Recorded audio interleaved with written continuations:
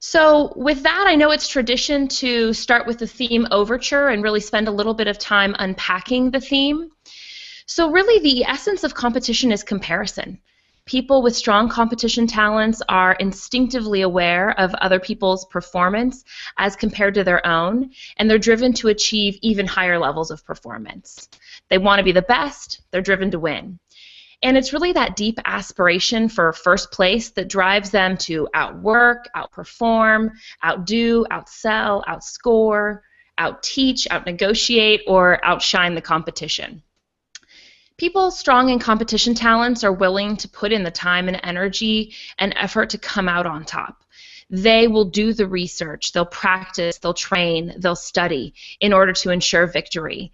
And they really bring that determination and grit, but also they bring an enthusiasm and an energy and a spirit to the chase. They're at their best when they're able to measure their progress against the performance of others. We really talked about comparison being at the root of competition. So these individuals need tangible metrics, scorecards, and other types of performance indicators to know they're doing well. Timed events, finish lines, weekly numbers, updates, tracking sheets, awards, goals, points, referrals, client hours, steps on the Fitbit, you name it. Right? If it can be measured, then you can bet people with high competition talents are keeping track. And the comparison really serves as a strong external motivation. So for them, clarity comes through comparison. If you have high competition, it's probably not enough just to do your best. You're striving to be the best. Second place is a loss, and losing's no fun. So oftentimes these folks seek out challenges. Go big or go home, right? I mentioned they're willing to work hard. They're willing to compete. They're willing to try. One of the things I really admire about people with high competition is they're willing to put themselves out there, to push and to give something their all. And when on teams, they use their competitive spirit to light fires under their teammates and help them believe that they too can achieve greatness. So they are the rallier of troops, and they stimulate innovation and spur team performance to operate at high levels and outperform the competition. And because they love a good competition, people with competition talents want to compete with the best, and they can lose energy when they're surrounded by mediocrity. Their deeds and accomplishments are elevated by another strong competitor. In fact, they often seek out and study the best. They admire champions, they have heroes. We oftentimes talk about raw versus mature talent. A raw talent means it's uninformed, uneducated, and underdeveloped. And so when competition is in its raw state, they may be sore losers. They could feel bad after a loss and say, I despise losing and I hate the people who defeated me. You know, I think of John McEnroe, the tennis star who became infamous, right, for his confrontational behavior with umps on the court because he argued, he threw fits, he threw rackets during games, right? So when things were going his way, he was a really sore loser, and that kind of behavior can lead to barrier labels of these people, such as poor sport, crybaby, not a team player, puts down others, a sore winner maybe, a braggart, kind of that unsportsmanlike conduct, self-centered, confrontational. When it's mature, though, it's invested in, it's developed, it's educated and informed. And someone with mature competition talent will still suffer some of those same losses, but they're going to say, I despise losing, but I respect the person who defeated me. They channel their bad feelings from a loss as motivation to do something better next time. When I was trying to think of an example of this may sound funny, but I was thinking of American Ninja. Maybe you've seen it on TV lately. It's a fierce battle as people take over obstacles and try to get to the end. But what I've noticed about that is that these athletes, when they're done attacking the obstacle themselves, they're the loudest cheering in the stands for their competition and the first to give someone a hug who beats their time. So they really push each other and admire one another as competitors.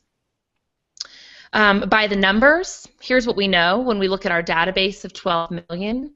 Competition is the 26th most common theme to fall in someone's top 5. So it's pretty rare, and that rarity could explain some of the bias towards it because it's a minority theme.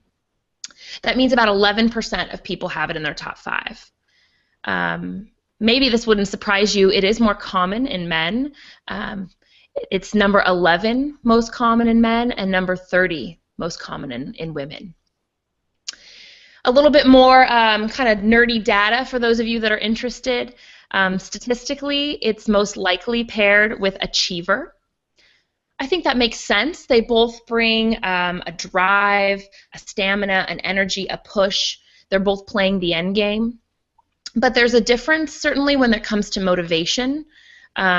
Achievers are very much internally motivated, while as people with high competition are externally motivated. A metaphor that Kurt Liesfeld used to always share is that of running a race. And it really highlights the difference between achiever and competition, because the person with high competition will physically run faster when there's someone in the lane next to them. And the person with achiever will run faster when they're looking at the clock and pushing for a personal best. Least likely to be paired with competition is connectedness. It's kind of an interesting least likely. My theory is that people with high competition are very much self-determinists, right? I'm going to compete to win, and I'm going to do the work to get to the outcome. Therefore, my fate is in my hands. Versus oftentimes people with high connectedness have that belief that everything happens with a reason, and there's kind of that causation effect. And so maybe that steers itself towards like a less determinism. Right. So you're talking about like locus of control. Exactly. The concept of so people with competition would have a strong internal locus of control and believe that they could control their fate, and whereas connectedness would have an external locus of control that the world, it's just going to happen. Yeah. Right. So does that ring? That theory. Yeah. Does that ring true with your competition then? It's an external locus of control.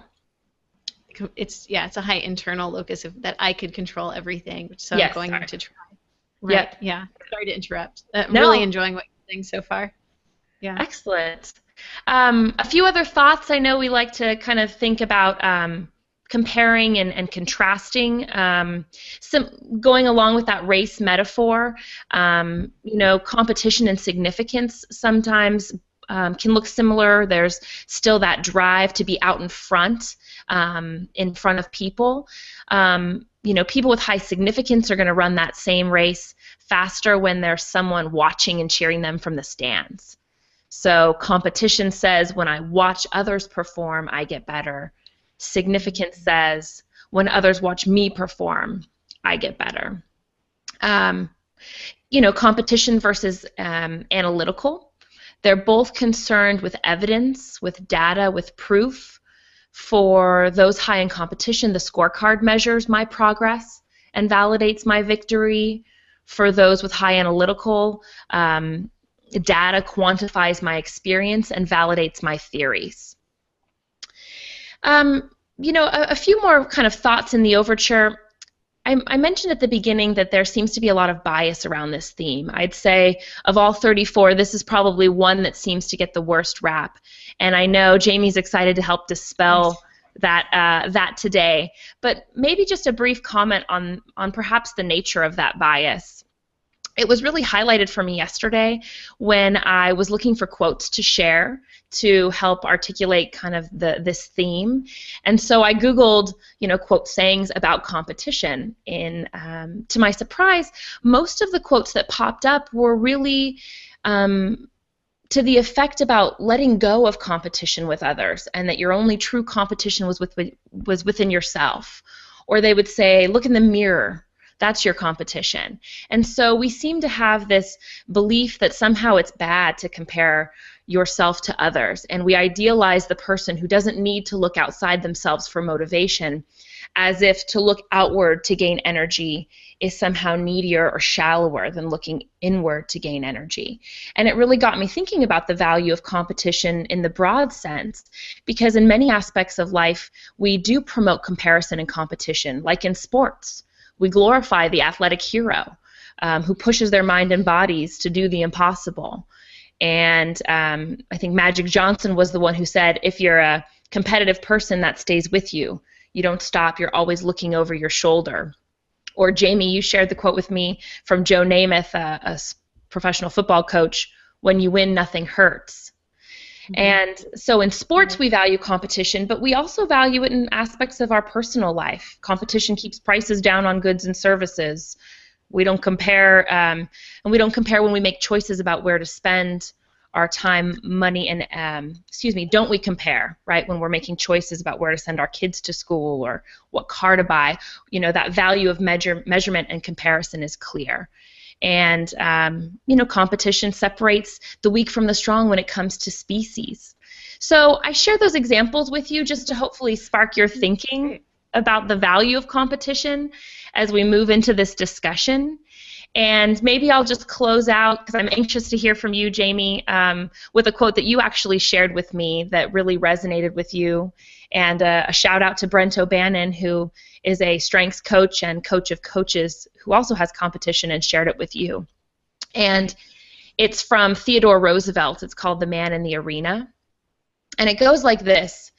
It says, "It is not the critic who counts, not the man who points out the strong man stumbles, or where the doer of deeds could have done them better.